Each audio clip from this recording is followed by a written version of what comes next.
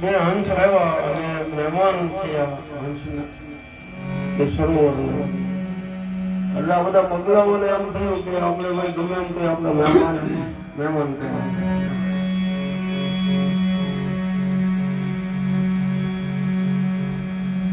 એટલે આવકારો દીધો, બેઠા. આ તો મહાન પુરુષ હતા. ઘણા બધા પગલા માછલી પકડીને હંસની સામે જો ભોજન કર્યું. એટલે ભાઈ અમે આવું ન કરીએ.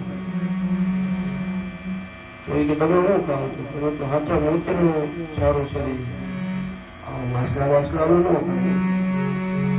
આયા સાચા મોતી ન મળે, આયા તો આ માછલી જ મળે. સાચા મોતી નહીં મળે તો તમે શું કરશો? તમે પ્રાણ ત્યાગ કરશો. ખાસ તો નહીં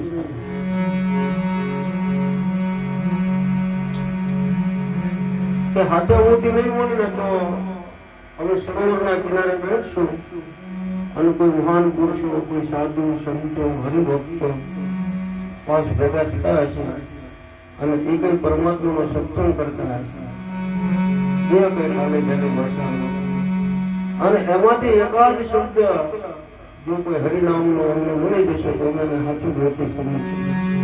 પ્રાણ છોડી દીધા પણ માસનું ન થાય. ભંગ તરંગ પ્રવાહ ચલે ઓર ભંગ કો નીર પીઓ ન પીઓ અબર હૃદયમાં અરુપનાથ વસે તો પછી અરુપ નામ કર્મ સંજોગે સુપાત્ર મળ્યો તો કુપાત્ર કો દાન દિયો ન દિયો પણ દોન કહે સુને સહકર કે મૂળ મિત્ર.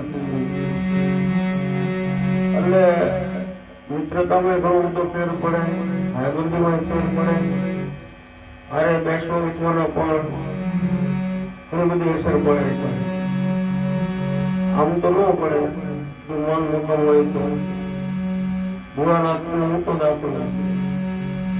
ભોળાનાથ ના બધા છોકરા ભૂત ભેગા રહેતા સંસાર. કોઈ સંસ્કારી માણસ ગયા મોટા પણ છતાં રિદ્ધિ સિદ્ધિ આ કોઈ ભૂત જેવા થયા, કારણ કે આ મહાદેવ